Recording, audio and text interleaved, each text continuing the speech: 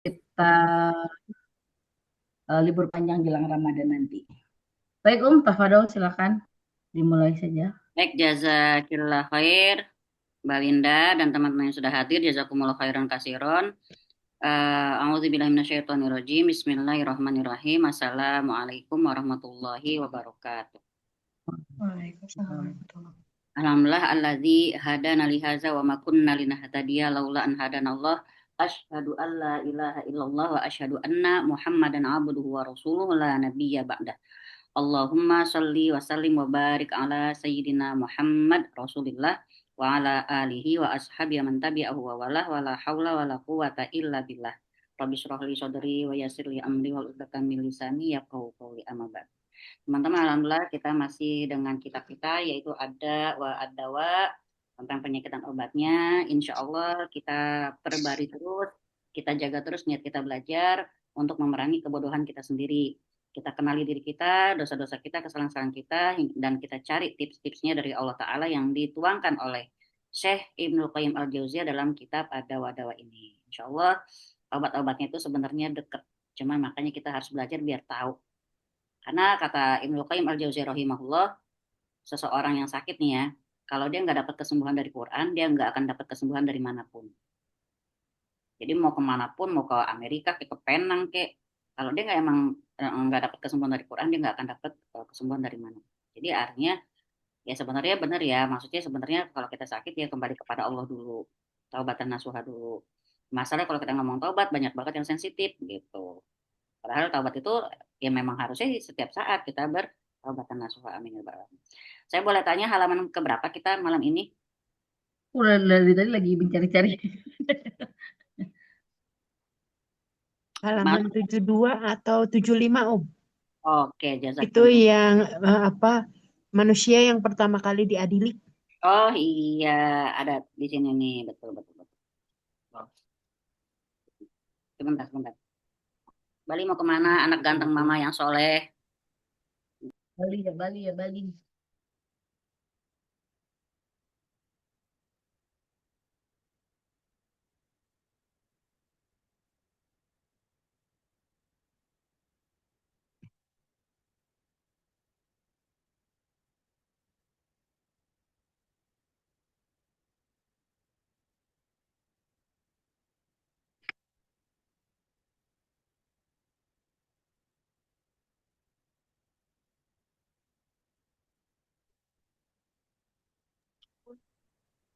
Maaf ya tadi ada iklan. Baik, Bismillahirrahmanirrahim. Ini yang sering saya sampaikan dan ini akan membuat kita lebih aware dengan amal-amalan kita, membuat kita lebih hati-hati dan ibaratnya dari alih-alih kita mau jumawa dengan banyaknya amal kita malah akan lebih berhati-hati. Kenapa? Yang namanya syirik itu dia tuh nggak keraba, nggak kelihatan, tapi dia ada. Ini ntar lama-lama aku culik nih perawannya Winda nih. Aduh, saya punya cowok dua nih. Pakai matiin kamera lagi. Enggak, Ah, ini kagak bisa biasa damanya kan agak gaptek ya. Jadi manggil teknisi. Jadi teman-teman disimak ya, Mbak Ardia, Mbak Ultari Syahputri, Mbak Mila, Mbak Heni, dan Mbak Wiwi. Kita akan mengetahui tiga golongan orang. Ini kalau dalam redaksi yang lain, gara-gara tiga inilah neraka jahanam pertama kali dinyalakan. Assalamualaikum, psikolog Soleha. Psikolog, Masya Allah. Kabur aja lagi di Assalamualaikum ini. Ah, jawab dulu apa budenya? Ya, kata dia. Waalaikumsalam buat iya. Apa saya? Kedengeran ya? Nggak kedengeran. Eh, yang ini. Dadah, Bude. Terima kasih banyak. Assalamualaikum. Ini yang kemarin sakit, Masya Allah. Ya, Ayo Bude Rukiahin yuk. emang aku kesehatan. Tuh, setan. Nah, Rukia itu bukan buat setan doang, Rukia itu buat sakit fisik, sayang. Tahu. Ih. Emang iya, emang iya. Kan Ampun. kan pernah dengar kan, karena nanti di padang mahsyar nanti mulut kita yang ditutup, semua organ berbicara termasuk lambung. Ya Rob, ini aku dimasukin terus nih seblak-seblak mula masih Kalista gitu. Syukurin. Oke. Iya. Baik, Bismillahirrahmanirrahim. Dalam Sahih Muslim dari Abu Hurairah radhiallahu anhu dia berkata, aku pernah mendengar Nabi SAW bersabda. Jadi perhatikan baik-baik ya disimak. Inna awalan nas yukdo fihi yaumal qiyamah salasah. Jadi nanti sungguh, ini kalau kita lihat hadisnya kalau udah pakai inna, ini Nabi dengan nubuahnya udah tahu banget bahwa nanti pasti akan terjadi hal ini. Ya, akan ada. Siapa? Manusia yang pertama kali, awalan nas, manusia pertama kali yukdo diadili. Fihi yaumul kiamah, di hari kiamat nanti. Ada 3 orang, 3 golongan. Pertama siapa? Rojulun ustashida, orang yang mati syahid. Rojulun ustahida, ustushhida. Jadi orang yang mati syahid. Nah, dia apa yang dia fa'utiya bihi fa'arafahu ni'amahu fa'arafaha faqala ma amil tafiha gitu ya. Jadi orang yang mati syahid ini didatangilah dia dan diperlihatkan nikmat-nikmatnya. Ya, apa nikmat yang didapetin ketika mati syahid, pujian orang, terus harum namanya, bla bla bla bla bla bla lah. Nah, dia pun mengakui bahwa dengan kesyahidannya ternyata alhamdulillah, kan kita suka lihat ya di reel-reel medsos ya, si ini ketika dia meninggal ada bau wangi, ketika kayak gitu kan. Nah, kita nggak tahu nih walau alam bisawab, tapi bukan bukan dengan ini lantas nanti teman-teman memandang underestimate sama yang mati syahid ya. Ya pasti ada di antara mereka yang memang langsung Allah ridho, Allah terima amal syahidnya. Tapi di sini ketika sudah diperlihatkan nikmat-nikmat yang dia dapetin karena syahidnya tersebut, dia mengakuinya. Lalu Allah Ta'ala bertanya, karena apa yang kamu perbuat dengan nikmat-nikmat tadi? Nah, kata si orang itu, aku berperang di jalanmu hingga terbunuh. Allah berseru, kamu tuh berdusta. Kalau pakai bahasa kita gini, biar biar ngerti ya. Ngapain kamu nyari syahid? Aku pengen lebih dekat dengan engkau ya Rob. Gitu. Jadi dengan syahidku aku pengen lebih dekat dengan engkau. Maka Allah berfirman, kamu dusta. Kamu tuh berperang supaya kamu dipuji. Coba. Itu Allah yang tahu loh. Jadi mungkin di antara sekian ribu syuhada, kita nggak tahu ada beberapa di antara mereka yang niatnya sudah salah tanpa mereka pun menyadari. Itu saking halusnya syirik itu. Kata Allah Ta'ala, kamu berdusta, kamu berperang supaya dipuji. Supaya bilang kamu dia orang yang pemberani, dia syahid dan segala macam. Nah itu memang udah dikatakan gitu. Lalu diperintahkan agar wajahnya diseret, dilemparkan ke neraka jahanam. Jadi bahasanya mukanya yang tersungkur duluan ke dalam neraka gitu loh. Nauzubillah. Nauzubillah. Mau. Yang kedua, golongan yang gimana? Yang kedua, waqadikila gitu ya. Yang kedua, warojulun ta'allam mal ilma wa 'allamahu wa qara'al Qur'an. Aduh ngeri banget ini. Ya, orang yang mempelajari ilmu maksudnya ilmu syariat. Ya, dia udah belajar, dia ngajarin dan dia pun rajin baca Quran. Banyak gak orang kayak gini? Masya Banyak. Allah. Di mana kita belajar sama mereka gitu kan, beliau-beliau itu. Ya pokoknya ulama-ulama kita ini semoga Allah menjaga mereka semua hafizuhumullahu ya. Ya termasuk saya yang berani ngomong depan teman-teman ini gitu. Semoga ya Allah ya doain saya juga biar saya tuh jangan sampai ada perasaan seperti itu.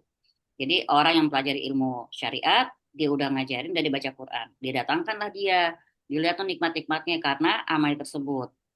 Nah, ya alhamdulillah kan, ya bahasanya kalau kayak Ustadz Adi Hidayat kan Masya Allah ya, bukan dia yang dibayar, malah dia kadang-kadang bagi-bagi hadiah umroh. Masya Allah kan. Banyaklah Ustadz-Ustadz yang Hanif insya Allah. Nah, dia datangkan dia diperlihatkan nikmat-nikmatnya itu. Lalu dia mengakui. Lalu Allah tanya, apa yang kamu perbuat dengan nikmat-nikmat tadi? Kata dia, aku mempelajari ilmu di jalanmu dan mengajarkannya. Lalu aku membaca Quran di jalanmu. Allah bilang apa? Kamu bohong. Ya Allah tuh kalau bahasa kita tuh sinis. Ya kamu tuh berdusta. Kamu belajar supaya dipuji. Dia orang yang alim. Dia pinter banget. Ya, dia soleh. Dan itu kan udah dibilang, emang kamu dapat pujian, kamu udah dijulukin orang paling soleh, paling pinter. Kamu baca Quran juga supaya dibilang dia seorang qori, bacanya bagus, fasih gitu ya. Oh, Nah, dan itu ya. juga udah dikatakan. Lalu apa perintah Allah sama kayak yang orang pertama tadi? Diseret wajahnya, dilemparkan ke neraka jahanam. Yang ketiga, orang yang dikasih kelapangan harta oleh Allah Ta'ala. Ini dermawan ya, para dermawan-dermawan. Diberikan segala jenis harta kepada orang tersebut. Datanginlah dia dengan nikmat-nikmatnya tersebut. Apa nikmat-nikmatnya itu tadi? Kehidupan dia yang lapang, berbaginya dia, sedekahnya ke sana sini, zakatnya segala macem, baksosnya, ya sampai dia dipuji-puji, gitu kan? Itu nikmat-nikmat yang didapat di selama di dunia dengan kebaikannya tersebut. Ya kita juga nggak bisa memang orang kalau emang baik pasti kan pujian yang datang kan, gitu. Nah, lalu Allah bertanya sama orang tersebut, apa yang kamu perbuat dengan nikmat-nikmat tadi? Kata orang tadi, aku menginfakkan ya semua tidaklah ada suatu sarana yang kau suka agar diinfakkan dalamnya, melainkan aku telah berinfak untukmu. Jadi artinya apa yang dilakukan, dia pengen supaya Allah terima dia. Dia pengen lebih dekat sama Allah. Maka Allah berseru, kamu dusta. Kamu melakukan itu supaya dikatakan dia seorang yang dermawan, dia baik banget. Aduh, enak banget ya jadi orang kaya, mau sedekah jor-joran, bla bla bla bla bla gitu. Dan itu udah kamu dapetin, udah dikatakan oleh banyak orang bahwa kamu tuh orang yang baik. Maka diperintahkan agar diseret di atas wajahnya, dilemparkan ke dalam neraka jahanam. Maka dalam hadis yang lain, di dalam lapasnya, faha ula issalasah awalu khalqillahi tusa'aru bihimun nar yaumal qiyamah. Tiga orang tadi adalah makhluk Allah yang karena mereka lah pertama kali neraka dinyalakan pada hari kiamat. Jadi itu banget ya, jadi arangnya banget ya. Maksudnya dinyalain. Nah, kemudian aku mendengar Syekhul Islam Ibnu Taimiyah rahimahullah berkata, jika sebaik-baik manusia adalah para nabi, maka sejelek-jelek manusia adalah orang-orang yang berusaha menyerupai mereka dari kalangan para pendusta. Orang itu ngaku dari kalangan nabi, padahal dia bukan dari kalangan mereka. Sebaik-baik manusia setelah mereka adalah para ulama. Ini kita perhatikan ya. Jadi setelah nabi, sahabat, tabiin, tabiut tabiin, siapa lagi? Para ulama, para syuhada, para penginfak yang ikhlas. Sedangkan sejelek-jelek manusia adalah orang yang berusaha menyerupai mereka dengan menimbulkan persepsi yang salah bahwa dia termasuk kalangan mereka. Padahal sebenarnya orang-orang itu bukan dari kalangan mereka. Jadi arti di sini ada tiga orang tadi yang memang ikhlas di jalan Allah. Makanya sekarang ini kalau kita lihat banyak orang baik banyak, banyak. Syuhada banyak, banyak. Para kori, ulama banyak. Tapi kita nggak tahu di hadapan Allah siapa yang Allah dapati ikhlas dan siapa yang Allah dapati mereka itu tidak ikhlas. Gitu ya. Nah, di dalam Sahihul Bukhari dari Abu Hurairah dari Nabi sallallahu alaihi wasallam beliau bersabda, "Man kanat indahu li akhihi mazzalamatum mim malin aw irdin falyatih." Siapa yang pernah melakukan kezoliman? Nah, ini perhatikan. Siapa yang pernah melakukan kezoliman terhadap saudaranya, entah berupa hartanya kah, kehormatannya kah, pernah mungkin kita menggibah, ngomong yang nggak benar tentang saudara kita, terus kita tahu terkait kita omongin nggak benar. Apa yang kita harus lakukan? Kita harus minta penghalalan dia. Dia harus ridho dengan apa yang pernah kita lakukan tuh. Makanya kalau minta maaf tuh, kalau saya ingat Ustadz Adi Hidayat bilang, kalau kita minta maaf itu, misalnya kita memang punya salah besar, menodai kehormatan saudara kita salah muslim, kita harus kejar dia untuk maafnya dia. Kalau enggak, di akhirat nyambung sidangnya gitu ya. Sebelum tiba hari pembalasan, dia harus minta penghalalannya, maksudnya maafnya. Pada waktu tidak ada lagi dinar maupun dirham di sisinya. Saat itu jika orang itu memiliki sejumlah kebaikan, maka sebagian kebaikan akan diambil oleh dan diberikan kepada orang yang dizalimi tersebut. Kalau dia nggak punya lagi kebaikan, apa yang diambil? Dosa-dosa orang yang dizalimi diberikan kepada dia. Kan ngeri kan? Dosa-dosa orang yang diterzolimi. Oh. Jadi ketika dua orang ini di hadapan Allah Ta'ala, ini yang dizolimin, ini yang menzolimi. Pertama Allah Ta'ala memberikan penawaran kepada yang dizolimi tadi, ambil kebaikan orang yang menzolimi kamu itu, terserah kamu. Ya tadi seperti kita bahas di kelas kan, kalau disuruh ngambil kebaikan, kira-kira dia ngambil sedikit, setengah, apa seluruhnya Mbak Wiwi? Full, kayak full semua ya. Full, karena kita emang di akhirat nanti sangat butuh sama kebaikan sekecil apapun. Dikasih nih kesempatan buat ngambil kebaikan, habis, gitu kan? Tiba-tiba kebaikan sudah diambil semua, tapi nggak cukup untuk membalas kezolimannya waktu di dunia. Maka lo tawarkan apa? Dosa-dosa orang yang dizolimi ini pindahin ke orang yang menzolimi itu. Udah defisit sama kebaikan, dosanya ditambah pula, gitu kan? Nauzubillah. Jadi itulah makanya kita kalau berbuat itu pikir-pikir panjang. Kalau sampai ada kaitannya sama manusia, hati-hati. Bahasa gini, lebih baik kalau kita dosa langsung sama Allah, bukan sama orang. Kalau sama Allah kita bisa langsung bertaubat. Karena Allah Maha Pengampun, ya. Tapi kalau sama orang, dua langkah kita minta penghalalan dia dulu, baru kita ke Allah. Nggak bisa, dia masih punya sangkutan sama manusia. Orang tuh masih tersakiti. Suatu saat dia taubat sama Allah, nggak bisa sebelum dia minta penghalalan dari orang yang pernah dia zolimi tersebut. Lagi misalnya, kasus-kasus yang sekarang kan banyak banget ya.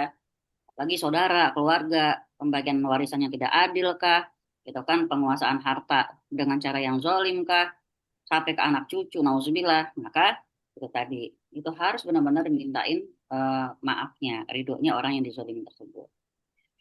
Nah, kita lagi dikasih lagi nih dari As-Sahih dari Abu Hurairah radhiyallahu anhu dari Nabi sallallahu alaihi wasallam, beliau bersabda, barang siapa yang mengambil sejengkal tanah yang bukan haknya, maka dia akan dibenamkan ke dalam bumi pada hari kiamat nanti hingga lapisan yang ketujuh. Sejengkal loh, kelihatannya sepele. Ya, orang punya tanah, pacak-pacaknya udah ketahuan. Kadang dipindah sedikit, pelan-pelan. Banyak nggak yang begitu? Banyak. Karena apa? Karena kebodohan, nggak tahu, nggak paham syariatnya, nggak paham hukumnya. Dipikir cuma sejengkal, padahal bumi itu 7 lapis ke bawah. 7 lapis ke Di bawah mana, ya. di mana setiap lapisnya itu tebalnya sejauh 500 tahun perjalanan. Masya Allah ya. Nah, itu yang akan nanti kalau ada dalam redaksi yang lain, itu akan dijadikan bara lalu dikalungkan kepada orang tersebut. Dalam As-Sahihain dari Abu Hurairah radhiyallahu anhu, dia mengatakan bahwa Rasulullah SAW bersabda, api kalian ini, nih perhatikan ya, api kita yang kita sekarang punya, yang dinyalain di dunia ini, itu cuma 1 dari 70 bagian neraka jahanam. Itu aja kalau kita udah kena lodoh banget, kulit kita nggak bisa balik, ya nggak? Itu cuma 1% dari 70 bagian neraka jahanam. Maka para sahabat berkata, demi Allah, yang satu ini saja sudah cukup bisa menghanguskan. Maka beliau melanjutkan, sungguh neraka jahanam dilebihkan panasnya 69 bagian. Setiap bagiannya seperti panasnya api kalian selama di dunia. Nauzubillah summa, nauzubillah ya Allah, Allahumma ajirna minan nar, Allahumma ajirna minan nar, Allahumma ajirna minan nari salimin. Jadi ya Allah, jauhkanlah kami dari api neraka. Di dalam musnad dari Mu'az, dia berkata bahwa Rasulullah SAW pernah memberikan wasiat kepada beliau. Apa kata Rasulullah? La tusyrik billahi syai'an. Ya, jangan pernah kamu menyekutukan Tuhanmu dengan apapun. Ya,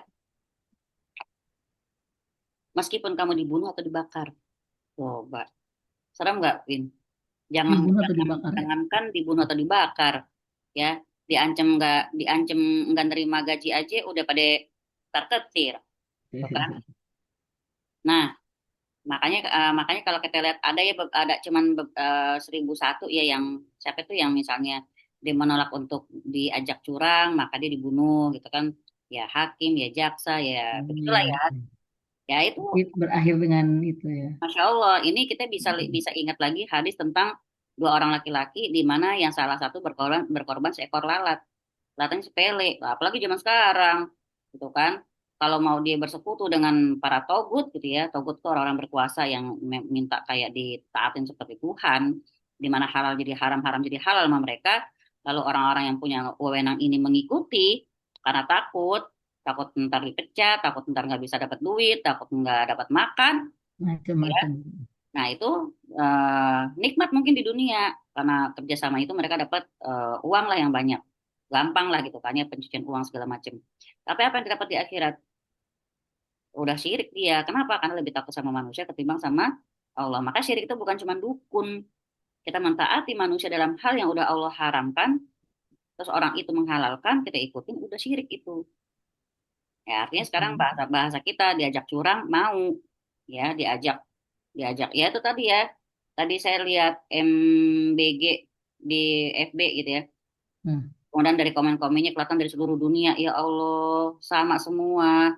Yang isinya cuman tahu kan kacang polong yang kalau kita beli bisa dikriuk. Ember, malah pernah kali itu dapat edamame 4 butir, 4 leler gitu tuh. Mending edamame beneran. Nah ini kacang polong yang ibaratnya beli di kriuk-kriuk gitu yang murah meriah. Kasih tahu mana kalian tadi MBG. Ya. Ya kan maksa banget orang itu libur apa dikasih 3 hari kan, dikasih buat 3 hari. Ya itu tuh kacang polong. Ini bukan kacang polong, ini mah kacang kriuk. Kacang polong itu Bu, edamame mahal Bu, itu kacang polong hijau itu. Iya kayak gini roti sama apa? Itu kan beli di kriuk juga dapat banget itu sebal berapa cuman berapa gitu ya. Parah. Bilangnya makanan bergizi ya. MBG apa sih singkatannya? Makanan bergizi gratis. Oh, subhanallah ya. Karena gizinya gratisan ya begitulah ya. Gak gratis tuh enak aja. Nah, baru kita omongin ini ternyata nanti ya dibahas tuh yang seekor lalat tadi. Nah, kemudian eh, janganlah sekali-kali kamu berbuat syirik kepada Allah meskipun kamu dibunuh atau dibakar. Jangan sekali-kali kamu durhaka kepada nih. Ingat ya, selalu pesan Allah dan pesan Nabi setelah kesyirikan adalah berbuat baik kepada kedua orang tua. Makanya susah banget kita yang namanya nurutin ayah ibu kita dengan senyuman. Iya, iya bun. Ah, bunda bawel banget sih. Ada yang nyengir. Ini Nabi yang berpesan loh ya. Janganlah sekali-kali kamu durhaka kepada kedua orang tuamu walaupun mereka menyuruhmu untuk meninggalkan keluarga dan hartamu. Coba. Maaf ya sayang, suamimu itu nggak sholat, minum-minum mulu, main judi, kamu harus tinggalin. Nggak bisa, mama, aku udah cinta. Nah, iya, gitu ya. Rebus tuh cinta. Nah, iya. Nah, kemudian seorang suami juga begitu. Kalau orang tuanya udah nggak redo sama istrinya, orang tua nyuruh pisah ya harus pisah. Seperti kejadian pada Ismail, anaknya Ibrahim alaihissalam. Ya. Nah, kemudian jangan sekali-kali kamu meninggalkan sholat fardu secara sengaja, karena jaminan Allah akan terlepas darimu. Jadi bahasa gini, selama kita jaga sholat, kita ada di satu naungan. Bahasanya kita kayak ngumpul di halte deh. Halte kan ada kanopinya tuh, adem kan, nggak kena hujan, nggak kena panas. Bayangkan halte bagus lah, pokoknya kita semua ngumpul di situ. Selama kita jaga sholat, selama itu kita masih ngumpul di bawah naungan tersebut. Orang yang sengaja ninggalin sholat, tadi sengaja banget keluar dari naungan itu. Ya artinya kena hujan, kena panas, ketabrak, ya udah resiko lu sendiri, begitu. Ya. Selama dia masih menjaga sholat, dia akan berada dalam jaminan Allah. Jangan sekali-kali kamu minum khamr, karena dia adalah biang setiap kejahatan. Pernah ingat kan ya, gara-gara dia milih minum saja, dipikir itu dosa yang receh, akhirnya malah dia jadi berzina dan membunuh. Ditawarkan tiga dosa sama pelacur nih, orang soleh, namanya Juraij. Kamu pilih bersetubuh sama aku, atau bunuh anak itu, atau minum. Dia mikir nih, minum paling, mungkin ya paling sepele gitu kan. Pilihlah minum. Dia selesai minum, atau cewek itu udah telanjang. Terangsang dong, namanya akal udah hilang. Berbuatlah. Setelah berbuat, agak lama kesadarannya pulih. Ternyata anak kecil itu nonton perbuatan mereka. Dia takut nanti anak ini ngadu ke orang-orang. Karena gara-gara minum, yang dua tadi dihindarin malah jadi dikerjain. Nauzubillah. Maka, ya, berhati-hatilah dari maksiat sebab dia akan mendatangkan murka Allah. Nah, berhati-hatilah dari maksiat sebab maksiat itu akan mendatangkan murka Allah. Maksiat itu apa? Ini yang harus kita pahami. Maksiat apa? Anak-anakku, tiga perawannya Bunda Winda. Apa maksiat itu? Kalian ngulur-ngulur waktu sholat sudah maksiat. Kalian jawab Bunda dengan cemburut sudah maksiat. Kalian ngejawabin ayah yang lagi capek disuruh ngambilin air, ntar dulu ya, maksiat. Itu nama maksiat seperti itu. Maksiat itu bukan cuman urusan zina, justru zina itu fahisyah. Tapi kalau dosa maksiat adalah dosa kita yang kita anggap sepele, itu maksiat. Itu ya, cantik-cantikku. Manyun-manyun doang gitu. Bodo amat, pokoknya si Naswa ntar dendam sama aku, bodo amat. Yang penting kita lagi jauh. Jumlah hadis yang terkait tema ini berkali-kali lipat lebih banyak daripada yang telah kami sebutkan. Oleh sebab itu, tidak seharusnya orang yang menasihati dirinya berpura-pura buta terhadapnya. Jadi jangan pura-pura nggak tahu, jangan pura-pura amnesia gitu ya. Lalu menjerumuskan dirinya ke dalam maksiat, bergantung kepada tali pengharapan dan berbaik sangka. Maksudnya gimana ya Pak Bibi? Coba lihat kalimatnya. Dia berpura-pura buta sama hal ini, lalu dia sendiri dengan sadar, sukarela menjerumuskan dirinya ke dalam maksiat, tapi dia bergantung pada tali pengharapan dan berbaik sangka. Gimana itu maksudnya? Ayo coba bisa dijelaskan. Kalau bahasanya sekarang itu nama gangguannya tone deaf. Apa itu? Dia nggak mau mendengar, tone deaf aja, apa sih tuli itu? Ya, sebenarnya dia tahu, cuma dia nggak mau tahu gitu. Jadi dia Ya, bereaksi seolah-olah dia tidak mendengar. bahkan ada yang bilang gini, mendingan jadi orang awam. Kalau makin tahu, kan makin berat rasanya, kewajibannya. Hmm. Mbak Wi gimana? Coba kalimat ini. Mungkin karena ini kali, Ustaz Zaman merasa Allah tuh Maha Pengampun gitu kali ya. Cakep. Jadi di sini dia tuh nggak ada usaha untuk melepaskan dirinya atau menjauhkan dirinya dari maksiat. Dia tetap melakukan, tapi dia sambil bilang, Allah kan tahu, Allah juga ngerti kondisi aku. Allah kan Maha Pengampun. Kita Mm-mm. harus baik sangka. Nah, ini kalau dalam kitab ini namanya husnuzon yang menipu. Harusnya orang husnuzon yang benar itu. Jadi kalau ditanya husnuzon yang benar kayak gimana sih, Husnuzon yang benar itu semakin dia berbaik sangka, semakin dia takut untuk melanggar. Semakin dia baik sangka sama Allah, semakin dia cinta, semakin dia nambah amal ibadahnya, semakin dia koreksi amal ibadahnya, benar apa enggak. Orang semakin husnuzon. Tapi kalau husnuzon tetap membuat dia melakukan dosa-dosa kecil yang diremehkan, itu bukan husnuzon, tapi itu tipu daya setan. Abul Wafa bin Uqail berkata, hati-hati dan janganlah tertipu. Sungguh, tangan itu terpotong disebabkan pencurian 3 dirham. 3 dirham aja tangannya dipotong. Ya, Mm. hukum dera disebabkan sebesar kepala jarum dari Homer. Seorang wanita masuk neraka disebabkan seekor kucing. Sebuah pakaian berubah menjadi api bagi orang yang mengambilnya secara tidak sah walaupun dia terbunuh sebagai syahid. Ngambil baju, nyolong baju aja udah begitu, coba. Nah, ini ya, seorang perempuan masuk neraka disebabkan seekor kucing. Kenapa? Sedangkan kita dengar lagi seorang pelacur masuk surga gara-gara ngasih minum anjing. Ya, kontradiktif banget kan? Seorang pelacur masuk surga gara-gara ngasih minum seekor anjing. Tapi seorang perempuan yang lagi ibadah malah masuk neraka gara-gara seekor kucing. Kenapa? Kucingnya diikat. Dia ibadah khusyuk, zikir, wirid ribuan kali. Dia nggak mikirin kucingnya kelaparan. Mm. Akhirnya mati gara-gara kelaparan. Ibadah dia yang tadi udah berpuluh-puluh rakaat sama wirid dia yang sudah ribuan itu hangus. Ya, malah dia masuk neraka gara-gara membiarkan kucingnya kelaparan. Artinya kalau dia mau ibadah, kucingnya jangan diikat biar dia bisa keluar cari makan. Jadi di sini tidak ada kebaikan kalau dia meninggalkan kebaikan yang lain. Itu ya, nggak ada kebaikan kalau dia meninggalkan kebaikan yang lain. eh Apa namanya?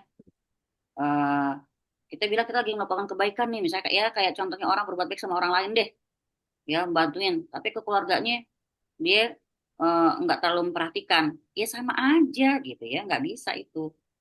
Nah kemudian Imam Ahmad berkata, kami diberitahu oleh Abu Muawiyah, kami diberitahu oleh Al-A'mash dari Salman bin Maisarah dari Tariq bin Syihab, dia memarfukannya.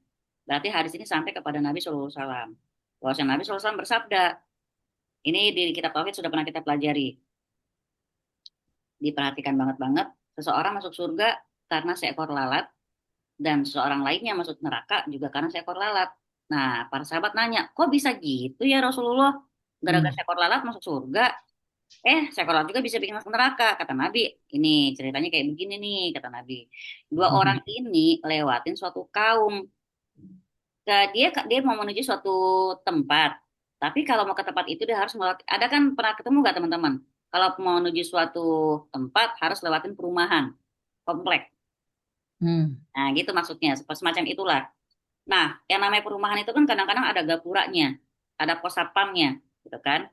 Nah, Mm. bayangkan seperti itu, dua orang ini lewatin. Kata si satpamnya bilang, kalian nggak bisa lewat sini sebelum kalian berkorban untuk Tuhan kami. Ternyata di depan gapura itu ada tempat kayak kuali, kuali yang ada apinya menyala-nyala.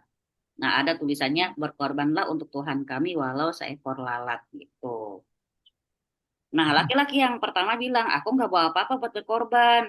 Kata gitu kan. Tapi aku pengen lewat. Enggak, pokoknya kalau lo nggak berkorban, kami bunuh. Jadi resikonya udah nyawa. Bukan cuma sekedar, sono muter aja cari jalan lain. Bukan. Pokoknya kalau mau lewat sini, berkorban. Kalau nggak mau, kami bunuh. Yang satu bilang, aku nggak bawa apa-apa. Kata si penjaga tadi, boleh kok seekor lalat pun, yang penting lo berkorban. Nah, si laki-laki pertama mikirnya, oh cuman lalat. Gitu. Jebret, tangkep, taruh. Maka fahuzu sabilahu katanya gitu. Maka dia dipersilahkanlah untuk terus melewati penjagaan. Lolos dia karena dia berkorban seekor lalat. Pikiran dia cuma lalat. Konteksnya apa? Karena ada perintahnya, berkorbanlah untuk Tuhan kami walau cuma seekor lalat. Berarti kata dia sepele padahal dia sudah melakukan pengorbanan Tuhan mereka gitu.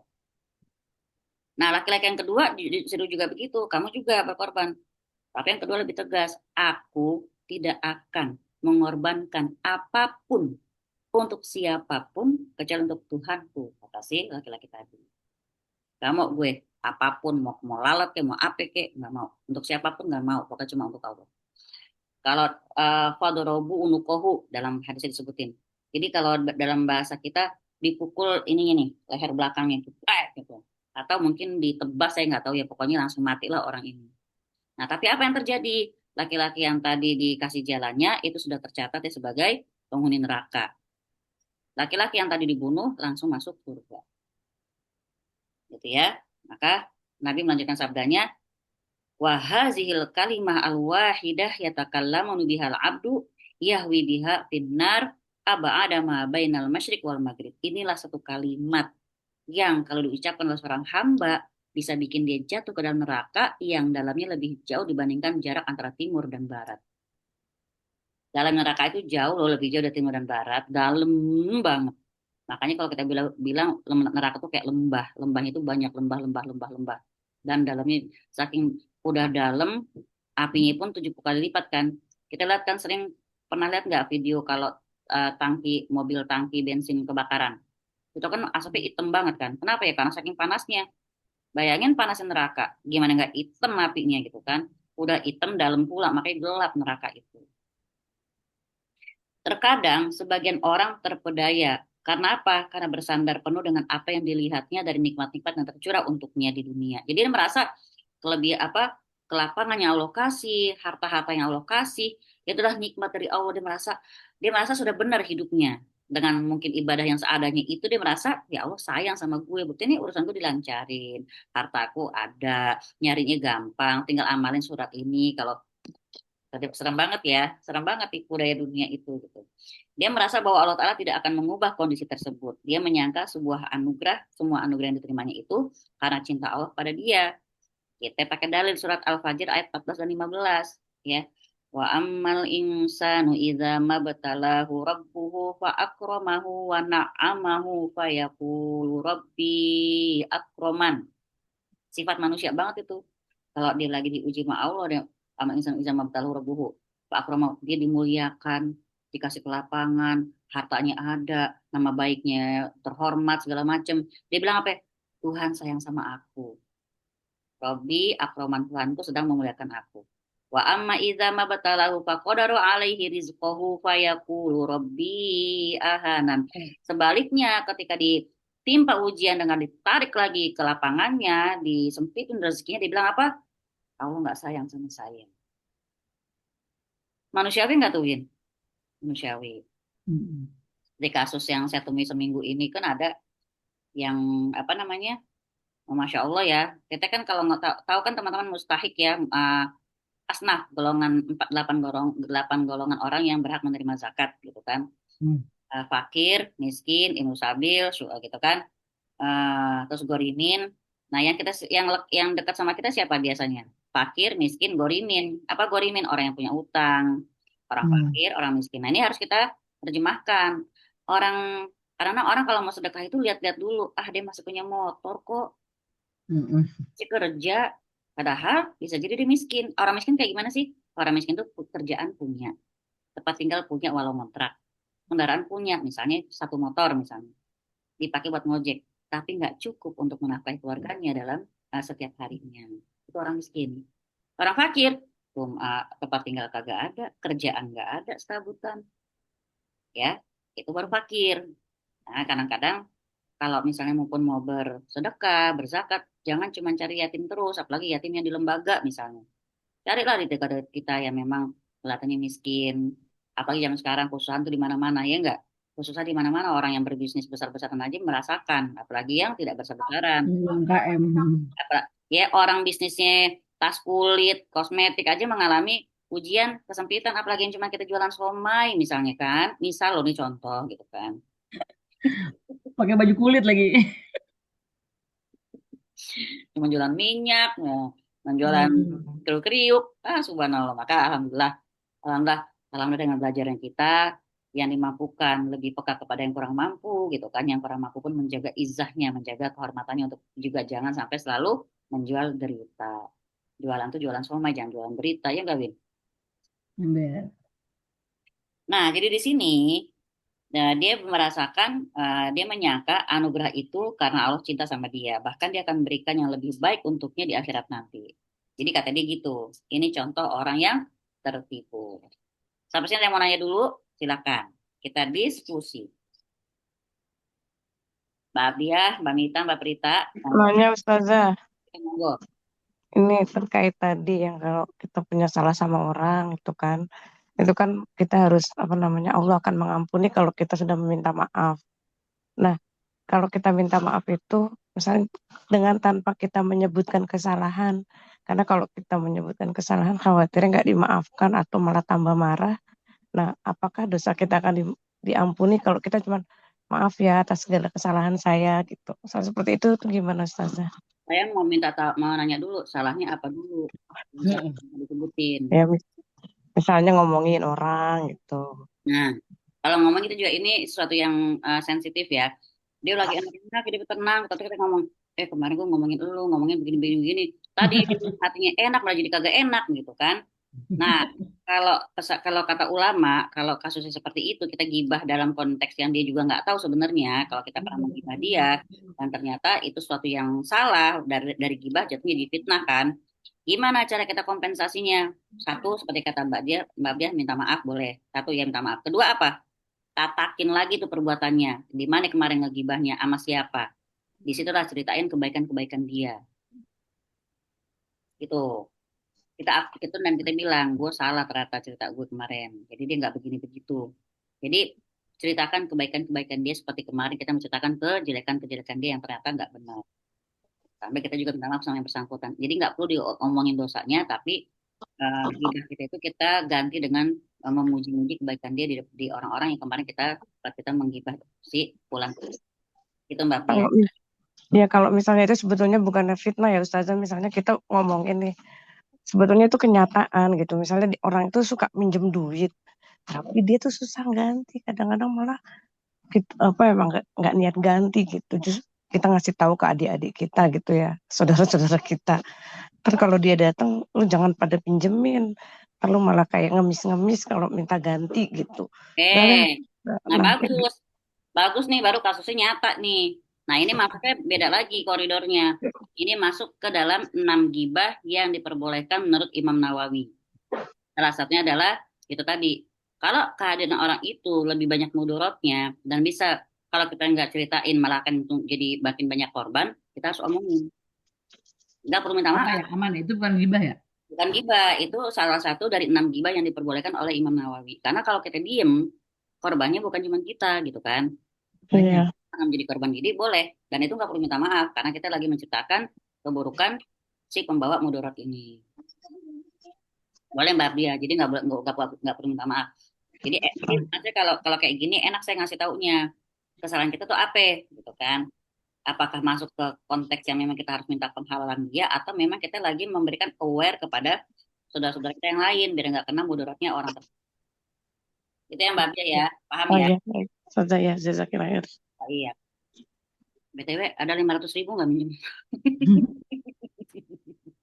Ayo kita lanjut ada yang nggak mau nanya lagi. Gak ada, kita lanjut ya. Imam Ahmad berkata, kami diberitahu oleh Yahya bin Uqailan. Kami diberitahu sebuah riwayat dari Risdin bin Sa'ad, dari Harmalah bin Imran At-Tujibi, dari Uqbah bin Muslim, dari Uqbah bin Amir, dari Nabi SAW, bahwa beliau bersabda, ini namanya sanad nih Ibu. Jadi kalau Ibu bilang sanad hadis itu apa sih? Ini, perawinya jelas. Ya, yang menyebutkan hadis adalah Imam Ahmad. Beliau pasti naruh di kitabnya tentang kitab hadis, kumpulan hadis As-Sahihain ya.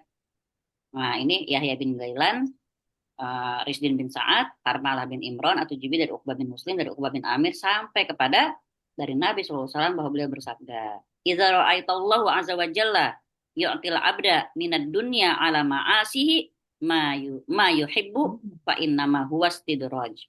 Kalau kamu lihat Allah Ta'ala kasih nikmat dunia kepada seseorang hamba sesuai yang disukain, maksudnya apa yang dikerjain tuh lancar aja gitu ya, uh, ngerjain ini uh, booming, ngerjain ini booming, pokoknya dapat terus. Padahal dia dalam konteks kelapangan itu dia tetap bermaksiat sama Allah. Ketahuilah itu cuma istidraj. Itu adalah kenikmatan yang menipu.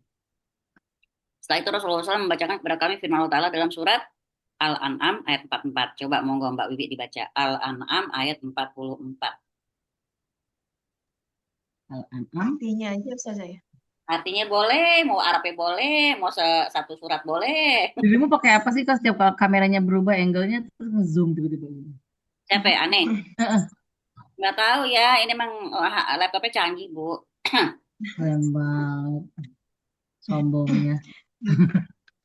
أعوذ بالله من الشيطان الرجيم فلما نسوا ما ذكروا به فتحنا عليهم أبواب كل شيء حتى إذا فرحوا بما أوتوا أخذناهم بغتة فإذا هم مبلسون.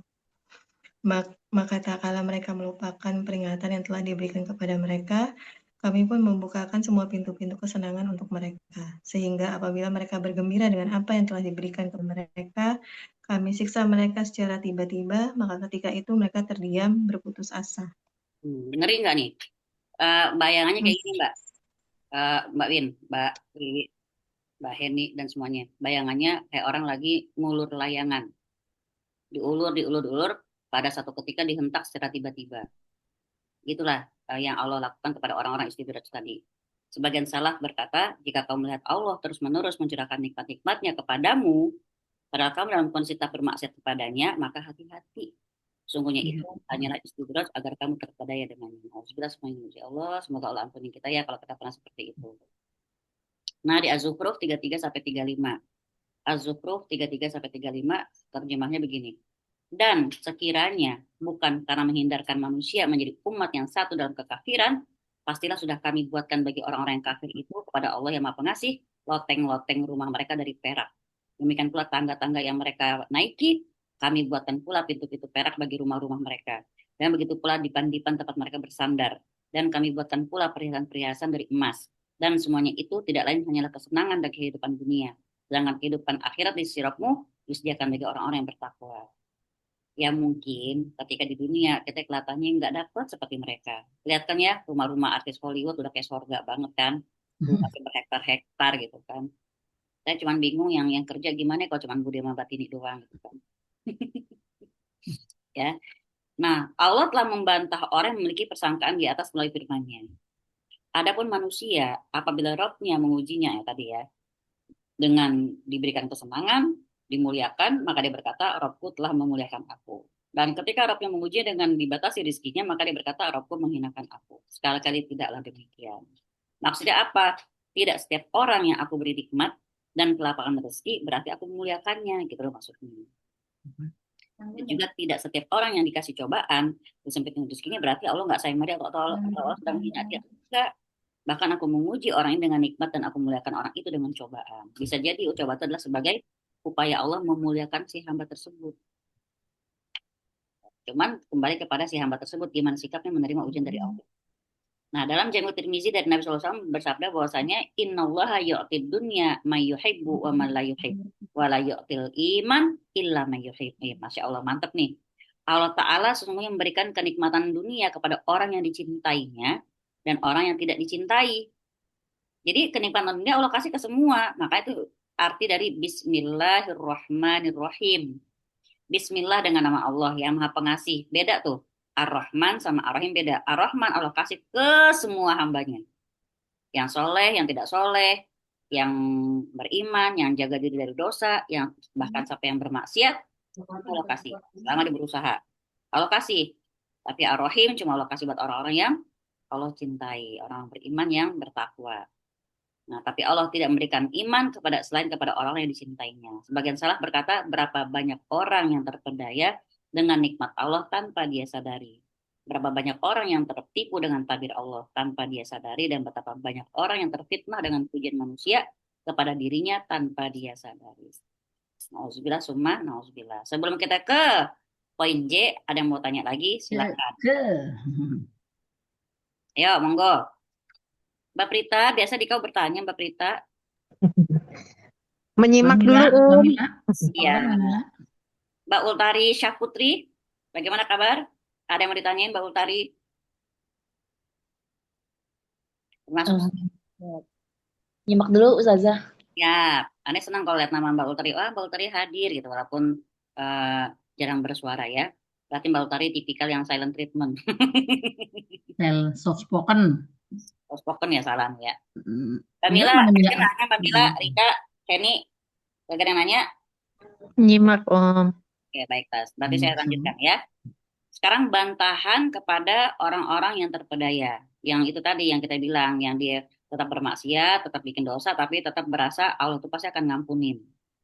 Kalau tahu kok kondisi aku gitu ya. Hmm. Nah, manusia yang paling tertipu adalah orang yang terpedaya oleh kehidupan dunia yang tampak di hadapan mereka. Bahkan mereka lebih meridoi dan mengutamakan dunia daripada akhirat. Sampai-sampai sebagian mereka mengatakan dunia adalah sesuatu yang kontan. Dunia kan kontan, kalau akhirat kan nyicil, kredit. Kontan kan lebih manfaat daripada kredit. Nauzubillah, katanya ada yang ngomong seperti itu. Sebagian lagi menegaskan, sebutir atom yang diberikan secara kontan hasil lebih baik daripada mutiara yang dijanjikan. Ada juga yang mengungkapkan kelezatan dunia merupakan perkara yang pasti, sebaliknya kelezatan akhirat merupakan perkara yang masih diragukan. Saya tidak akan mengganti perkara yang pasti dengan perkara yang meragukan. Nauzubillah, subhanallah. Ini maksudnya kenapa? Maka dalam Al-Baqarah surat kedua dalam Quran disebutin. Coba ayat keduanya Mbak Wiwi. Bismillahirrahmanirrahim. Alif Lam Mim. Ayat ketiga. Zalikal kitabu la raiba fihi hudal lil muttaqin. Yang ketiga, alladzina الذين يؤمنون بالغيب ويقيمون الصلاة ومما رزقناهم ينفقون. oh, orang beriman itu berarti apa? Satu, pertama yang harus dilakukan mengimani yang gaib. Yang itu apa? Itu tadi mengimani adanya janji Allah pasti tentang surga, tentang pahala, adanya hisab, adanya timbangan, ada pengadilan Allah, adanya sirat. Itu harus percaya. Ada malaikat yang ngejaga, semua ada di Quran, gitu ya. Jadi kalau orang nggak percaya sama yang gaib, berarti dia nggak percaya sama itu semua. Jadi kalau ngomong gaib bukan cuma urusan jin semata, tapi itu tadi surga, neraka, siksaan, pahala, betapa yang namanya surga itu. Nanti insya Allah saya bawain sekali-kali kitab Jannah tentang surga. Kalau kata Ibnu Qayyim, inilah surga. Bisa nangis-nangis ya teman-teman nih. Betapa indahnya surga. Makanya segitulah dengkinya iblis sama kita. Karena diusir dari surga, tempat yang penuh kenikmatan, ke dunia. Sifat dunia itu apa Mbak? Sifat dunia adalah lelah, sakit, pahit, pisah, kehilangan. Itu dunia. Capek, capek hati, capek raga, itu dunia.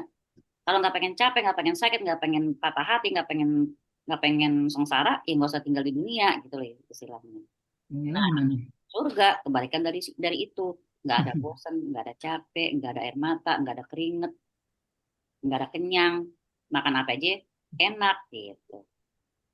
Makanya susah banget jalan menuju surga. Karena hatinya surga loh, bukan kipas angin. Yo, Ya. Nah, asumsi ini adalah tipuan dan makarnya setan. Bahkan hewan ternak yang tidak bisa berbicara pun lebih berakal dibandingkan mereka. Sebab apa? Kalau binatang, kalau takut terhadap suatu bahaya, dia nggak akan mau mendekatinya walaupun dipaksa. Bener nggak? Saya pernah lihat ini loh, lucu deh. Di real IG. Yang karpet itu gambarnya 3 dimensi. Jadi kayak lobang gitu kan. Itu kucing taruh di situ ngamuk dia gitu kan, ketakutan banget padahal cuman karpet. Itu loh, itu contoh hewan aja tahu yang namanya bahaya. Manusia karena nggak beriman, nggak tahu dalamnya neraka kayak apa, ya kan, nggak tahu siksaan Allah itu kayak apa. Padahal Allah dengan rahmat yang luas pun Allah punya azab yang sangat pedih. Innalah sari'ul hisab, Allah tuh cepet hisabnya. Terus Allah itu adil hitung-hitungannya. Maka di sini orang semacam ini sekiranya dia beriman kepada Allah, Rasulnya, pertemuan dan balasannya, maka dia akan tetap termasuk orang yang paling merugi. Kenapa? Karena telah mendatangi perkara yang membinasakan dia. Padahal dia tahu. Sebaliknya, kalau dia nggak beriman kepada Allah dan Rasulnya, maka kondisinya jauh lebih parah lagi dari itu. Tahu aja masih berbuat, apalagi nggak tahu gitu ya. Nah, adapun pernyataan bahwa kontan lebih baik daripada kredit, maka jawabannya adalah kalau sesuatu yang kontan dan kredit itu sama nilainya, maka kontan lebih baik memang dibandingkan kredit. Mbak Wiwi, mau nggak saya kasih kontan nih kerupuk kulit 1 biji doang, atau milih yang saya kasih nyicil nih logam mulia. Nah, orang berakal kan pasti milihnya ya mendingan logam mulia sini kerupuk kulit sekali caplok gitu kan. Nah itu tadi kalau kalau emang kontan sama baiknya sama-sama logam mulia, ya pasti orang milih kontan. Lah kontan cuman kerupuk, ya malah milih yang itu ketimbang yang kredit. Kalau kontan dan kredit itu sama nilainya, maka kontan lebih baik daripada kredit. Tapi kalau berbeda, yaitu ketika perkara kredit jauh lebih banyak dan lebih baik, maka tentulah dia yang lebih baik. Lantas, bagaimana seandainya dunia seluruhnya dari awal hingga akhir cuma merupakan satu napas dari sekian banyak napas di akhirat? Dunia itu cuma satu napas, Bu. Satu Ini nafas. napasnya lebih banyak daripada itu. Dalam Al-Musnad dari Imam Ahmad dan At-Tirmizi, dari Al-Mustawrid bin Shaddad, dia berkata, Rasulullah SAW bersabda, "Mad dunya fil akhirah illa kama yudkhilu ahadukum isba'ahu fil yammi falyanzur bima yarji'u." Bayangin, dunia itu kalau dibandingin sama akhirat seperti kita mencelupin dari jari kita satu doang nih ke laut. Set. Nah, itu tuh Nah, dunia layar yang dulu. ujung telunjuk kita, sedangkan akhirat itu lautan itu. Coba diperhatikan apa yang didapatkan dari air yang masih menempel di jarinya, gitu ya. Maka mendahulukan dunia yang kontan atas akhirat yang kredit, walau itu merupakan tipuan terbesar dan kebodohan yang terburuk. Kalau hadis tadi menjelaskan perbandingan antara dunia secara keseluruhan dan akhirat, maka bagaimana pula dengan perbandingan antara usia manusia dan akhirat? Hmm. Ya, eh, 1,5 hari di akhirat itu 1.500 tahun, 1.500 tahun waktu dunia. Berarti kita nanti diri di padang mahsyar cuma 1,5 hari. Tapi masalahnya 1 hari akhirat itu 1.000 tahun waktu dunia. Berarti 1.500 tahun. 1.500 tahun. Kan 1,5 hari. Setengah hari itu 500 tahun. Nah, bayangkan panas terik. Ya, kita panas 39 aja udah melebar keringat kita. Ini panasnya terik. Kita matahari masih bermil-mil jauhnya aja kita kepanasan. Nah, sedangkan di padang mahsyar nanti matahari itu sejengkal dari kepala kita. Bawah kita tuh perak dan kita nggak pakai sendal. Ya, kita yang menginjak keramik aja udah kepanasan nih perak loh Bu di bawah kita. Nah, manakah yang lebih utama daripada bagi orang yang berakal? Apakah dia mengedepankan yang segera untuk jangka waktu yang singkat dan terhalang dari kebaikan yang abadi di akhirat, atau meninggalkan sesuatu yang kecil, hina, dan pasti sirna dalam waktu dekat untuk mengambil sesuatu yang tidak terkira nilainya, nggak ada bahayanya, nggak terbatas bilangannya, dan tidak ada limit waktunya. Nggak pakai limit, coba Masya Allah ya. Maka mengenai perkataan lainnya, aku tidak akan mengganti perkara yang pasti dengan sesuatu yang meragukan. Jawabannya sebagai berikut. Bisa jadi orang yang ngomong kayak gini ya, orang ini pasti orang yang masih ragu sama janji baik dan ancaman Allah ya, dan kebenaran Rasulnya. Pasti dia nggak paham. Dia bisa ngomong gitu karena dia nggak belum kenal. Maka kalau kita boleh pakai peribahasa, tak kenal maka tak sayang. Dia nggak tahu betapa Allah itu maha baiknya. Dia nggak tahu betapa surga itu enaknya kayak apaan tahu gitu ya. Nah, kalau meyakininya berarti dia telah meninggalkan sebutir atom yang kontan, sirna dan fana dalam waktu dekat dengan suatu perkara yang pasti dan sama sekali tidak diragukan lagi. Kalau dia tahu, pasti akan milih yang kredit tadi. Tapi kalau emang dia memang masih meragukannya, akan lihat kembali tanda-tanda kekuasaan Allah. Jadi kalau kita lagi ragu nih, kayak gini loh, kalau masalah ragu eh, sama pertolongan Allah, bukan cuma kita kok pernah ngerasain, tapi sahabat-sahabat Nabi pun pernah ya, sampai mereka bertanya para orang beriman yang mengikuti ya apa sahabat dan orang beriman yang mengikuti mereka waktu mau ngadepin perang Badar, di mana pasukan kaum muslim sama kaum kafir itu jauh banget. Sampai kalau dibilang Nabi itu mengucapkan doa ya Rob, kalau sampai engkau nggak berikan kemenangan sekali ini, aku nggak tahu deh apakah masih ada yang akan menyembahmu di bumi ini. Sebenarnya bukan bukan putus asa, tapi karena itu tadi ya kondisinya itu, perang itu memang memang kayak semacam tolak ukur kesuksesan Islam saat itu. Maka mereka bertanya, ini di Quran udah disebutin mata Nasrullah ya. Jadi kalau kita suka nanya kapan sih Allah nolong kita, bukan cuman kita pernah ngomong kayak gitu, sahabat pun pernah ngomong kayak gitu. Mata Nasrullah. Apa jawaban Allah? Allah inna nasrullahi qorib. Ketahuilah sungguhnya pertolongan Allah itu dekat. Kalau kalau bicara apa pertolongan dekat, berarti kan ada dua asumsi nih. Pertolongan dekat itu langsung ditolong. Kedua, ya udah dekat aja dengan Maha Pencipta, itu gimana? Ada yang pernah nanya gitu. Keduanya, Cin. Cakep itu. Yang kedua, biasanya orang mungkin, kalau dalam bentuk kasat mata biasa, mungkin pertolongan itu belum datang, paling nggak dikasih tenang. Hmm. Hmm. Yang dia bilang dekat dengan Allah dulu. Kalau Hmm. sebab itu tadi berentet semua. Ketika ketenangan datang, pasti untuk mengerjakan semua urusan kita lebih optimal ketimbang ketika masih Lebih iya bisa. sih. Nah, Lebih gitu kan. konsentrasi ya. Nah, itu relate banget. Maka kata Syekh, kata banyak ulama dari luar juga bilang apa? Jangan sedih. Sedih banget kalau dengar kata-kata beliau. Jangan sedih.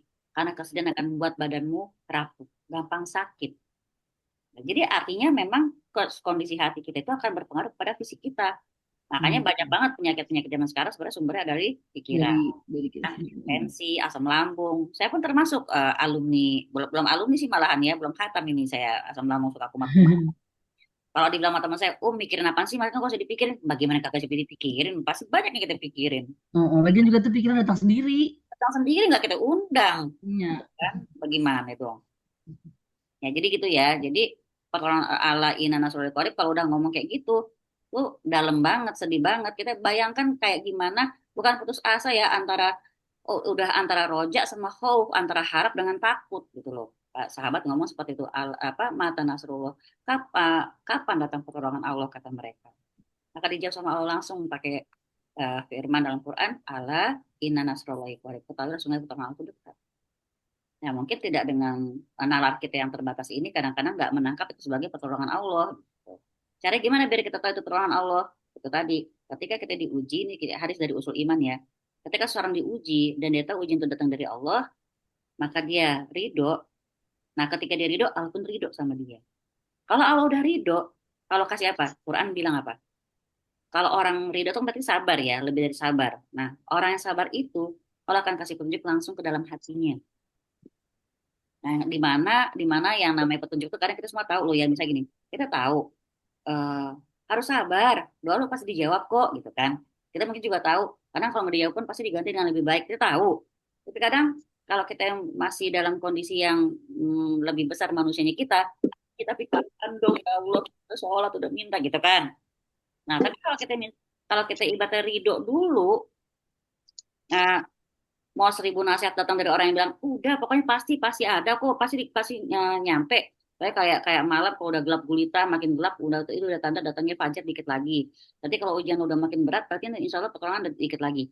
Itu udah kita dengar mungkin ribuan kali. Tapi ketika itu datangnya langsung dari Allah sebagai petunjuk dalam hati kita itu beda rasanya. Betul loh. Itu yang Mbak Wi paham ya. Ini kejadian soalnya sama ponakan saya juga gitu. Dia pernah dalam kondisi galau, ini cowok, maksudnya, gelisah banget sampai kayak mau gimana lah. Nah, dia nangis, ya Rob aku harus gimana? Ya Allah harus gimana kayak gitulah dia nangis sampai dia ketiduran sholat isya, begitu bangun tentu hatinya tenang dengan kalimat ya udahlah aku ada Allah. Padahal kalimat itu udah didengar berkali-kali sebelum dari kemarin gitu. Jadi saya nangkepnya apa? Subhanallah, masya Allah. Kalau udah Allah yang tanamin langsung ke hati kita, tak, berat tenang. Maka At-Taghabun ayat 11 benar banget. Ala bizikrillahi tatmainul qulub. Dengan ingat Allah, cuman dengan ingat Allah hati kita jadi tenang. Nah, maksudnya kan nggak semata-mata ingat doang gitu kan. Memang pakai itu tadi, pakai perjuangan jatuh bangun, babak belur berdarah-darah gitu. Ya. Nah, semoga kita ya terus Allah kasih kekuatan. Semoga Allah terus nolong kita untuk terus bisa dalam ketaatan, bisa dalam kedekatan sama Allah Ta'ala. Nah, jadi tadi itu ya, nggak ada orang yang mau ngeganti sesuatu yang nggak berharga, walaupun dia kontan, dengan dia mengabaikan sesuatu yang walaupun kredit tapi itu sangat berharga, nggak ada unlimited, ya nggak ada bilangannya, nggak ada batasnya. Jadi orang tuh pasti dia nggak paham itu. Kemudian kalau kita ragu-ragu maka lihat tuh tanda-tanda kekuasaan Allah. Apa tadi? Kadang kita dengar kisah teman-teman kita yang mungkin ada keajaiban-keajaiban yang ditemui kan gitu kan. Iya loh aku baru kayak gini tapi masya Allah masalah aku terbantu. Kita, masya Allah ya jadi kita semangat lagi seperti itu. Terlihat kekuasaan tanda kekuasaan Allah yang menunjukkan keberadaan, kekuasaan, kehendak, dan keesaan zatnya. Aku mau sekolah nggak mau. Oke, oke langsung bobok ya, langsung bobok ya. 10 menit lagi, iya, iya, iya. Maka lihatlah kembali tadi ya kepada tanda-tanda kekuasaan Allah. Terdapat apa mereka kabarkan tentang diri Allah. Fokuskanlah dirimu dan berdirilah untuk melihat segala miliknya atau memperdebatkannya hingga jelas bagimu bahwa apa yang dibawa para rasul sallallahu alaihim tentang Allah merupakan kebenaran yang tidak diragukan lagi. Bahwasanya pencipta alam, Rabbnya langit dan bumi ini maha tinggi, maha suci dan dari menyelisihi kabar para rasul tentangnya. Jadi ya kalau dibilang time will heal, waktu akan menyembuhkan, bukan. Siapa yang menyembuhkan? Ilmu. Makanya cari gitu. Belajar. Dengan kita belajar kita tahu. Kalau kita nyerahin ke luka kita, kesedihan kita dengan waktu saja nggak bisa. Ya, karena waktu itu seperti pedang. Kalau kita nggak mampu membunuh dia, dia akan membunuh kita. Itu tadi dengan luka-luka kita, yang orang bilang inner child lah, luka batin lah, luka masa lalu lah. Kalau kita nggak usahakan dengan ilmu, ya nggak akan bisa. Maka barang siapa yang menisbatkan Allah kepada selain dari hal-hal yang sudah disebutkan tadi, berarti dia telah mencela dan mendustakannya, serta mengingkari rububiyah dan kerajaannya. Sebab apa maksudnya mengingkari rububiyah tuh, Win? Berarti Berarti dia melihat apa segala pekerjaannya Allah aja gitu. iya, berarti kalau dia mengingkari rububiyah, berarti dia mengingkari bahwa Allah kan yang ngapur. Kalau nggak percaya amat sih gitu. Sebenarnya yakin sih, sebenarnya yakin, tapi masih lebih gede sedihnya kita, kan gitu kan ya. Masih lebih gede deritanya kita. Tapi tetap memang Masya Allah yang namanya iman itu, aduh, ya tidak semudah kata memang. Nah, sebab adalah hal yang mustahil bagi orang yang punya fitrah yang bersih untuk menyatakan bahwa yang maharaja itu yang maharaja itu lemah, bodoh, nggak tahu apapun, nggak ngelihat, nggak berbicara, tidak memberikan perintah, tidak melarang, tidak memberikan ganjaran, nggak menghukum, nggak memuliakan atau tidak merendahkan siapapun yang dikehendakinya. Ini kita surat Ali Imran ayat 26, ya. Qulillahumma malikal mulki tu'til mulka man tasya, mulka man tasya, wa tu'izzu man tasya, wa tu'zillu man tasya biyadikal khair. Berarti bener ya kata Mbak Dwi, buku ada waktu isinya zikir pagi, zikir petang semua ini. Betul banget, ya. Makanya Masya Allah nih teman-teman, saya bilang ya nih, di halaman 85 ini, paragraf pertama, Rikerin, kasih dalil Ali Imran ayat 26. Sama ayat kursi tuh, ya. Nah, kemudian bahkan membiarkan dan mengabaikan mereka begitu saja. Nggak mungkin Allah kayak gitu. Ini adalah aib yang tidak pantas dinisbatkan kepada raja-raja di kalangan manusia. Gimana ke Allah gitu, sebagai raja yang paling hakiki. Seandainya manusia memperhatikan proses kejadiannya dari awal, mulai dari statement yang menjijikkan sampai bisa jadi manusia yang sempurna, maka jelas bahwa Allah adalah zat yang mengawasinya, mengubahnya dalam berbagai tahap kejadian, membentuknya dalam berbagai wujud, tidaklah layak baginya untuk mengabaikan dan membiarkan manusia begitu saja, tidak memberi perintah, melarang, mengenakan haknya, memberi ganjaran dan tidak menghukumnya. Sekiranya seorang hamba benar-benar memperhatikan secara seksama tentang segala sesuatu yang dilihat maupun yang tidak dilihatnya akan menjadi dalil bagi dia tentang tauhid, kenabian, dan hari kebangkitan. Dan bahwasanya Quran merupakan firman Allah Ta'ala. Dalilnya surat Al-Haqqah ayat 37-40. Tidak ada yang memakannya kecuali orang-orang yang berdosa. Maka aku bersumpah demi apa yang kamu lihat dan demi apa yang tidak kamu lihat, sungguhnya Al-Quran itu benar-benar wahyu yang diturunkan kepada Rasul yang mulia. Jadi Quran itu bukan karangan Nabi. Quran itu bukan sesuatu yang asal-asalan Allah bikin. Semua itu Quran itu benar-benar petunjuk. Ya, Insya Allah. Kami juga menyebutkan penggalan masalahnya ketika membawakan firman Allah Ta'ala di surat Az-Zariyat. Dan juga pada dirimu sendiri, maka apakah kamu tidak memperhatikan? Perhatiin diri kita sendiri. Hebat banget Allah kan, yang nikahnya sama siapapun. Kayak gini. Kejadian kemarin teman saya, sempat ada fitnah menimpa teman saya, katanya anak yang kedua itu bukan anak suaminya. Jadi anak ketiga, anak kedua. Standby banget, tumben suami itu biasa keluar kota, setiap dia melahirkan nggak pernah nemenin istri melahirkan. Tiba-tiba yang kedua ini dia bisa nemenin. Nah, sampai brojol dia di depan, benar-benar di depan istrinya, depan kaki istrinya itu, kalau bahasa teman saya di depan selangkangan aku lah, pokoknya dia tuh kepalanya itu. Begitu keluar mukanya langsung dia ngomong apa? Ya ampun, muka saya banget. Betapa Allah tuh menjaga ya, namanya perempuan baik-baik gitu kan, tiba-tiba ada fitnah dibilang bukan anaknya, keluar tuh mukanya muka bapaknya banget, udah nggak diragukan lagi. Makanya kalau zaman dulu ketika orang berhubungan badan itu bisa sama siapa saja, tinggal ntar kalau udah hamil tunggu lahiran, dilihat mukanya mirip siapa, baru dah itu jadi bapaknya dia gitu kalau dulu. Ya karena memang itu tadi, kalau kita lihat coba bayi pertama kali lahir pasti ngambil bapak dulu. Allah mah hebat banget kan. Bisa ntar udah gede baru tahu mukanya mirip emaknya kan begitu. Iya. Ipon dari bayi udah Mas Ainun banget. Nah, Ipon dari bayi udah Mas Ainun banget mukanya. Ipon ya, jelas banget Ipon mah, Masya Allah Ipon itu ya. Kayak Mas Ainun pakai jilbab. Nah, ayat ini menunjukkan bahwa adanya manusia merupakan dalil bukti bagi diri sendiri. Artinya, lo nggak susah-susah nyari, perhatiin diri sendiri tuh. Gitu ya, maka kalau ngaca jangan ngacain jerawat mulu gitu kan. Apa lah, gitu ya. Mencari jerawat. Nah, itu di situ ada tanda-tanda kebesaran Allah pada kita, keberadaan pencipta kita, keesaannya, kebenaran para rasul, dan penetapan sifat-sifat kesempurnaannya. Dengan demikian, jelaslah bahwa orang yang mengabaikan masalah ini telah tertipu dalam dua kemungkinan yang berbeda. Bisa jadi dia membenarkan dan meyakininya, atau dia mendustakan dan meragukannya. Nah, sampai sini ada yang mau nanya? Kalau enggak, ntar saya dimauin sama Winda lagi nih. Iya, 7 menit lagi ya. Ya, soalnya kalau saya lanjutin kentang kan jadinya. Jadi, Iya bener. nah, biar paragraf ketiga apa keempat namanya paragrafnya? 1, 2, 3. Paragraf ketiga dari bawah halaman 86 itu insya Allah kita lanjutkan di pertemuan berikutnya. Tentang itu tadi pertanyaan-pertanyaan orang-orang yang meragukan rububiyahnya Allah, meragukan pengaturannya Allah, meragukan betapa Allah tuh ngawasin kita sampai nggak tidur gitu kan. Makanya kalau kita belajar kita makin tahu tiap hari Allah itu melihat atau menengok ke dalam buku catatan takdir kita sebanyak 360 kali penglihatan tiap hari. Bukan random seluruhnya jebret, bukan. Tapi bukunya Winda dilihat 360 kali. Buku Mbak Wi dilihat 360 kali. Bukunya Mbak Heni, buku Mbak Rifki, coba. Berarti apa ya?